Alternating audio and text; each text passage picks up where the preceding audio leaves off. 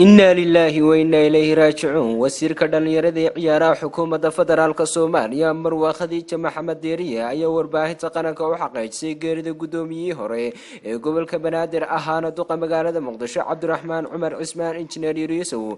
marxuum Injineer Yariisow ayaa ku geeriyooday cisbitaal ku yaala magaalada Dooxa ee dalka Qatar halkaas oo muddooyinkii dambe lagu dabiibay kadib markii uu ku dhaawacmay weeraradii argagixisnimada ahaa ee ka dhacay xarunta aqalka dawladda hoose ee Xamarra. Gudoomiyaha golaha shacabka xukuumadda federaalka Soomaaliya Mudane Maxamed Mursal Sheekh Cabdiraxmaan iyo gudoomiyaha golaha aqalka sare Senator Cabdi Xaashi ayaa tacsi u diray qaraabada ehelkii iyo ummadda Soomaaliyeed ee uu ka baxay gudoomiyihii gobolka Banaadir ahaana duqii magaalada Muqdisho isagoona marxuumka sidoo kale ee bay uga bariyeen inuu naxariistii janno ka waraabiyo. sidoo kale madaxtooyada Jamhuuriyadda Federaalka Soomaaliya ayaa ka tacsiyay geerida naxdinta leh ee ku timid Allah u naxariistay marxuum Cabdiraxmaan Cumar Cismaan Injineer Yariisow.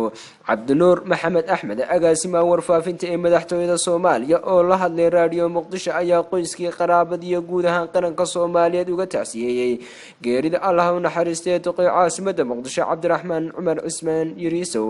إنا لله وإنا إليه راجعون. سكريس حنة ري تي في.